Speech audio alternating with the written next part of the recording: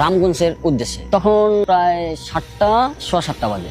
উঠানোর পরে আপনার দাউদকান্দি যে ব্রিজটা আছে, ব্রিজটার ওখানে প্রচন্ড জ্যামে পড়ে, কারণে 3 ঘন্টা 3.5 ঘন্টা ওখানে আমার সময় নষ্ট হয়ে যায়। নষ্ট হওয়ার পরে আমি দাউদকান্দি পার হয়ে আপনার কচুয়া ডাইরি যে একটা রোড ঢুকছে, রোডটা ছিল ইটের সোলিং এর রোড। কিছু কিছু জায়গায় ভাঙা আছে, কিছু কিছু জায়গায় কাজ হয়েছে। তো যাওয়ার পরে লাশের সাথে লোক ছিল আপনার 5 জন। 3 জন ছিল ইয়াং বয়সী আর 2 জন ছিল মুরব্বী। তো ওই 3 জন ওই জ্যামের ভিতরেই ওনারা ঘুমায় গেছে। ঘুমায় যাওয়ার পরে যে মুরব্বী 2 জন ছিল, তো ওনাদের আমি বলছি দেখেন ওনারা তো ইয়াং বয়সী, তো ওনারা তো ঘুমায় গেছে, জ্যামের কারণে দুর্বল হয়ে গেছে, এই কারণে ওনারা ঘুমায় গেছে। তো আপনারা তো মুরব্বী আছেন, একটু বয়স ভার আছে, আপনারা একটু দোয়া কালাম ছোড়া বললেন, যেহেতু আমরা মুসলিম ভাই। তো ওনাদের বলার পরে ওই মুরব্বী 2 জন আপনার 1.5 ঘন্টার ভিতরে ওনাদের চোখ লেগে গেছে, ওনারা ঘুমায় গেছে। ঘুমায় যাওয়ার পরে কচুয়ার ভিতরে ঢুকলাম। 5-7 কিলো যাওয়ার পরেই গাড়িটা কেমন যেন আস্তে আস্তে ভার হয়ে আসতেছে, মানে ভার হয়ে আসতেছে। আসার পরে যত সামনে আগাচ্ছি ততই আস্তে আস্তে একদম স্তব্ধ নীরব হয়ে যাচ্ছে। তখন 1:30-2:30 বাজে। সামনে আমরা 2 জন ছিলাম, আমি আর আমার হেল্পার। আমরা এই 7 জন গাড়ির ভিতরে, আমরা 2 জন ড্রাইভার হেল্পার আর পাশের 5 জন। 7 জনের ভিতরে আমরা 2 জন জাগনা আছি গাড়ির ভিতরে, আর ওনারা 5 জন ঘুমাই গেছে। যাওয়ার পরে তখন আর কি আমার চোখে হালকা হালকা একটু ঘুম ভাব। তা আমি তো ভাই ড্রাইভার, আমার তো আর ঘুমাইলে চলবে না, নিজের ভিতরে হিম্মত রেখে গাড়ি চালাই। যাইতেছি কিছু দূর কচুয়ার 7 কিলো পার হওয়ার পরেই মানে আপনার বাম পাশে হচ্ছে খাল, মরা খাল, পানি নেই। পানি যদি থাকে আপনার এতটুকু পর্যন্ত পানি, এতটুকু পর্যন্ত কাদা, হ্যাঁ হাঁটু পর্যন্ত কাদা। ডান পাশে হচ্ছে আপনার কৃষকের আবাদের ক্ষেত, বিভিন্ন রকম কৃষক আবাদ করছে। এই 5-7 কিলো যাওয়ার পরে ভাই দেখে রাস্তায় সারিবদ্ধ ভাবে ঠিক এক দূরত্ব 6টা-7টা মাছ।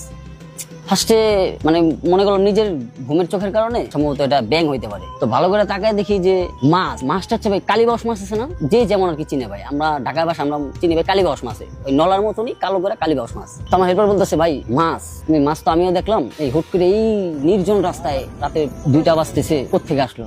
পরে মনে করলাম যে মনে মাছের গাড়ি থেকে মাছ পড়তে পারে, তার ওটা কেয়ার করলাম না। আমরা আমাদের গন্তব্যস্থলে আগাইতে শুরু করলাম। 1-1.5 কিলো যাওয়ার পরে এক সারিবদ্ধ ভাবে দেখি 10-12টা মাছ। তখন আমার বুঝতে বাকি নেই, দেখে এখানে আমার সাথে উল্টা পাল্টা কিছু যে ঘটতেছে না। মাছগুলা কি জীবিত?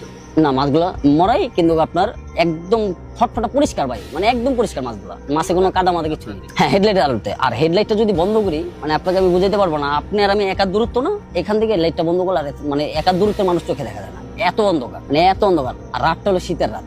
ওই সিচুয়েশন আমি পড়া ভাই আমার ঘাম ঝরঝরায় পড়তেছে, মানে আমার শরীরে ঘাম ছেড়ে দিয়েছে। তা আমি তো ভাই আগেই বলছি আমি ড্রাইভার, আমার মানে ভয় পেলে চলবো না। তো আমার হেল্পার তো একটু নার্ভাস হয়ে গেছে, ও বলতেছে ওস্তাদ পজিশন তো ভালো দেখতেছি না। আমি কি আল্লাহ ভরসা, আল্লাহর ডাক, চিন্তা করিস না।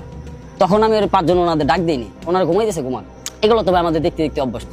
তো যাইতেছি ওই মাছগুলা কাটাই যাওয়ার পরে কিছু দূর যাওয়ার পরে ভাই আমার লক করা গাড়ি, মানে এই ব্যাগডালা পুরো গাড়ি লক, একদমই আমার লক করা গাড়ি কিভাবে লক খুলে গেল, লাস্ট টান দিয়ে দিচ্ছি পিছন থেকে। হ্যাঁ, মানে আমার ব্যাগডালা পুরো ওপেন করে ফেলাইছে। মানে কারো বাবার সাধ্য নাই ভাই যে আমার লক করা গাড়ি বাইরে থেকে কেউ খুলবো, মানে কারো বাবার এই দুনিয়াতে সাধ্য নেই। আমার লক করা গাড়ি খুলে ফেলাইছে।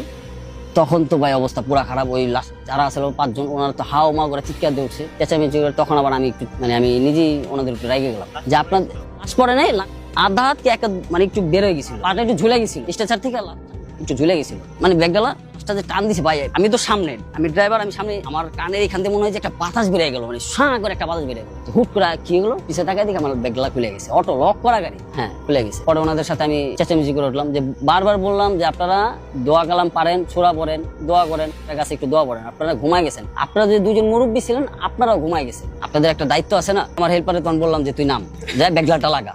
ও ভাই তো নামেই নাই, ও আর 4 হাত পা একসাথে গুটাই নিছে। তো পরে এক প্রকার ওরা আমি বললাম যদি তুই না নামাস, পরে আমি গালি দিছি, গালি দিয়ে পরে আমি নিজে নামছি। আমি যা আল্লাহ ভরসা, আমি নাইমাল সোজা করলাম, সোজা করে ব্যাগডালা নিজে লাগাইলাম, লাগা গাড়ি থেকে দূরে টিস্যু বের করে দিয়ে মেজ দিয়ে চারপাশে একটু গাড়িটা আগুনে ছেক দিলাম। যদি বাজে কোনো বদ থেকেও থাকে, ও যদি আমার পিসটা ছেড়ে দেয়, এটা জানতাম, এটা আর কি মুরব্বীদের শোনা কথা, যে আগুন টাগুন সাথে থাকলে নাকি বদ জিন বা সেগুলা কিছু নিতে পারে না, বা সাথে এসে আঘাত করতে পারে না। অ্যাম্বুলেন্সের ভিতরে একটা আছে লাশ, ওটা ভিতরে বাধা থাকে, কিন্তু আমাদের যেটা অ্যাম্বুলেন্স ওটার ভিতরে বাধা থাকে না, জরুরি যেটা সার্ভিস, ইমার্জেন্সি সার্ভিস, ওটাতে বাধা থাকে না। তো এই স্ট্রেচারের ভিতরে 2টা লক আছে, এরকম 2টা লক হাতলের মাঝখানে আর কি, স্ট্রেচারের মাঝখানে থাকে লাস্টটা। তো এখানে লাস্টটা ভাই আমি পরে লাগানোর পরে উঠলাম, ওঠার পরে 1.5-2 কিলো আগে গেলাম।